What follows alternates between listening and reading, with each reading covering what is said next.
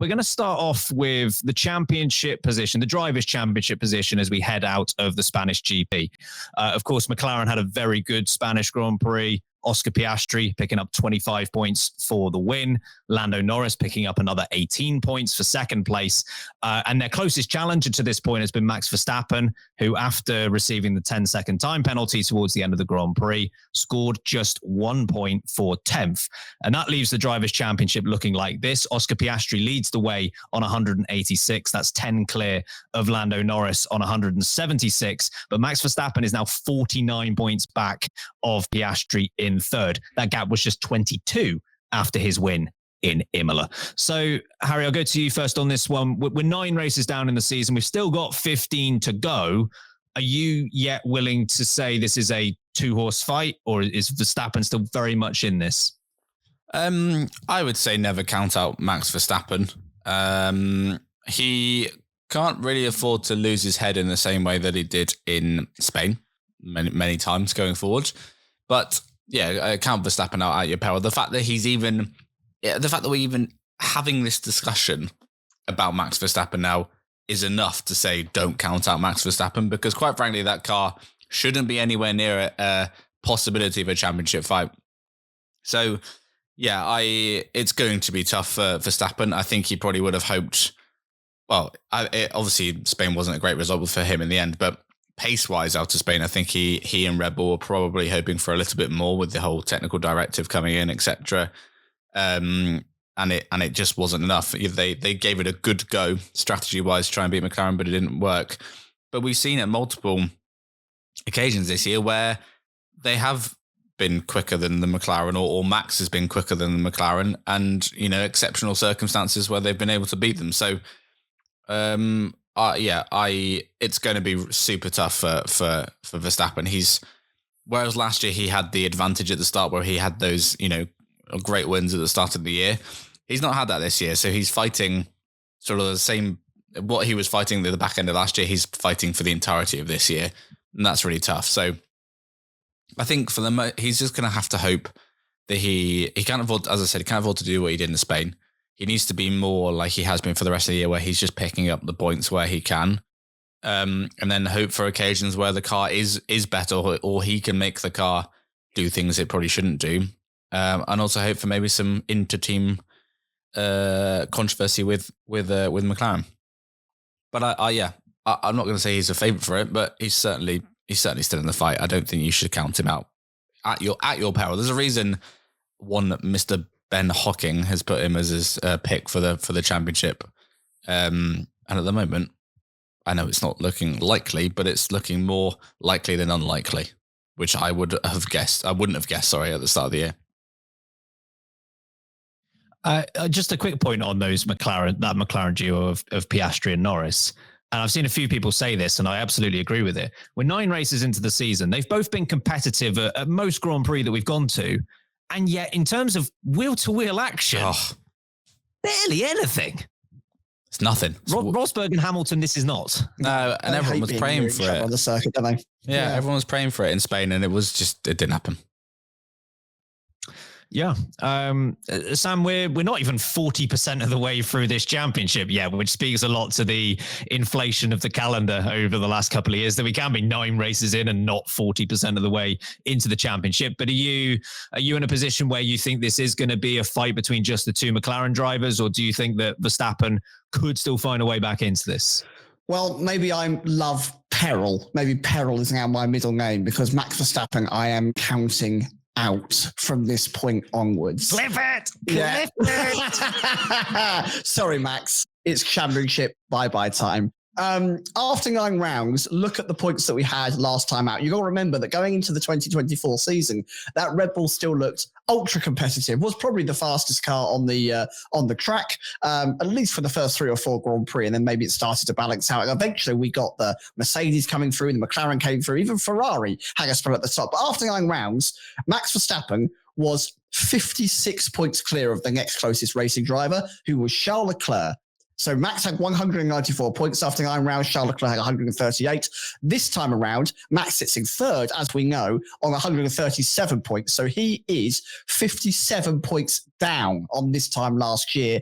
And the issue here is that he is so much further behind two very competent McLarens who didn't have the 4 race kind of behind that they started with last year. They kicked off immediately. So they are already ahead of the game. Max doesn't have that buffer that he allowed him to survive at the end of the 2024 season. We're all in agreement that Red Bull and Max Verstappen were not the fastest package on the racetrack come the end of the 2024 season, but because he got such a good head start, as displayed by those points in 24, it allowed him to hold on to the driver's title. Now, unfortunately, with the internal issues that are going on at Red Bull, with the second seat being an absolute state, with Max Verstappen seemingly a bit up and down with how happy he is, I just can't see him being able to claw back these points, especially if Red Bull use their noggins and work out 2 problems. 1, how to be fast in 2026. 2, how to be fast in 2026 with both cars, because you don't really win championships if only one of you can get points. I think they pack it in. I think this is between the McLaren guys.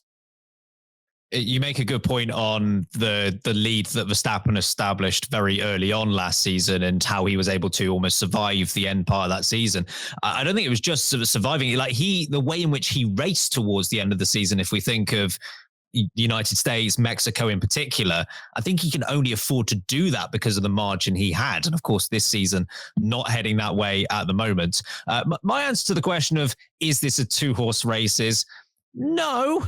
But I would say it with a lot more conviction 2 races ago. But I'm still going to maintain no for the time being.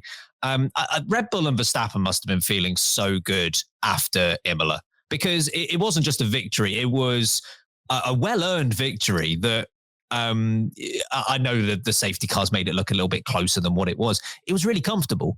Not only everyone will focus on the turn 1 overtake, and that's like the highlight of that race coming out of it. But a lot of focus needs to go on what Verstappen was able to do in all stints and how McLaren weren't able to catch up to him. So they must have been feeling very good after that. And even after Monaco, which didn't go brilliantly well for Red Bull, Verstappen finished 4th in that race. Piastri was 3rd. They weren't expecting it to be a great track. I don't think they would have been overly demoralized after that one. I'm just hearing that back and like, that's incredibly weird to think like Monaco is not the Red Bull circuit, because famously it was even when they weren't competitive, say 6 or 7 years ago. But really Spain was a kick in the teeth is probably the best way I can put it, because put all the penalty after the safety car things to one side. In terms of pure competitiveness, McLaren had the upper hand. And we're at a point now, and this is to what you were saying, Sam, about the McLaren duo, is Piastri, to use one of our 3 favorite words, is really cool. And you've got Lando Norris, who's quick pretty much everywhere. And most importantly, they are consistent. And that is the most difficult thing to beat in motorsport, is consistency. It doesn't matter what, where they've gone, whether it's been the street circuit of Miami or the rain of Australia or the high temperatures of Spain. Monaco's a very unique challenge. They've answered every question. They just don't have any weaknesses. And at this point, after the whole technical directive thing has kind of blown over, we're left asking the question, are they going to really realistically find one? Are they going to find a weakness in the second half of the season? And the answer might be no. Again, the consistency of both drivers. Piastri, after that 9th place finish, has had 8 consecutive podiums. He becomes only the 13th driver in F1 history to have accomplished that. Just some of the, like Prost, Fittipaldi, Fangio, none of them ever did what Piastri is currently doing. 8 podiums in a row. So he deserves a lot of respect for that. Norris as well, 8 out of 9 podiums. So that's very tough to beat. We'll see. I'm not willing to say Red Bull and Verstappen are completely out of it yet, because Max Verstappen is Max Verstappen, and he's shown twice already this season that he can do it, but he's going to have to do it a lot more consistently than he has so far this year. Harry, as Sam sort of alluded to, there is maybe a discussion coming up, if it's not already here, about whether Red Bull pack it in for this season and start to focus on 2026 exclusively. Are we at that point yet? I think we are maybe a race or 2 off, but it's got to be in the back of their minds. is this?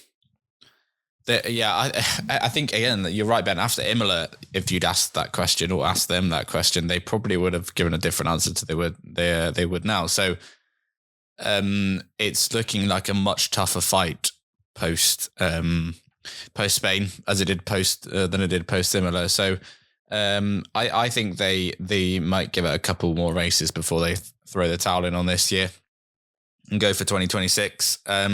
It's a real tricky balancing act as well, because I think Verstappen's not going anywhere for 26, but you give him a car that gets increasingly worse for the rest of this year. That's going to be a tricky one. Do you want to be the one to have that conversation? No, I don't want to do that. So that's like a give that to Helmet job. So yeah, that's going to be a tricky one to manage from their side, and especially throughout the year. They obviously have to really sell the dream to Verstappen that 2026 will be better, but that's a tricky one to envisage as well currently. So yeah, I think they will give it a couple more races, see how the next, see how Canada goes. But see, Canada's an odd one as well, because that's kind of an anomaly as well. It doesn't normally conform to the pace we see at other tracks. So we could get to Canada and Verstappen could be back in that fight again in a way that he wasn't in Spain. So, and then what do they do? Because if they can keep being in the fight at just odd occasions, that might confuse their decision. But I would imagine that they will begin to focus on 26 pretty soon. But then what's the advantage? Because if McLaren are then sort of left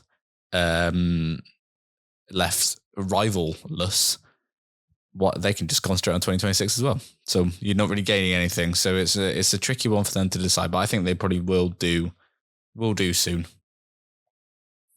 Your logic is sound if it wasn't for Ferrari, who are probably going to be fighting this championship up until December 31st. I would bank on that. We can still win it, guys. But they're still there.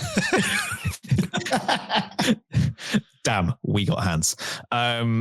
Yeah, I think it is close to that time. I kind of had two things noted down for it might be time if either of these two things happens. Number one is, you remember how dominant McLaren were at Miami?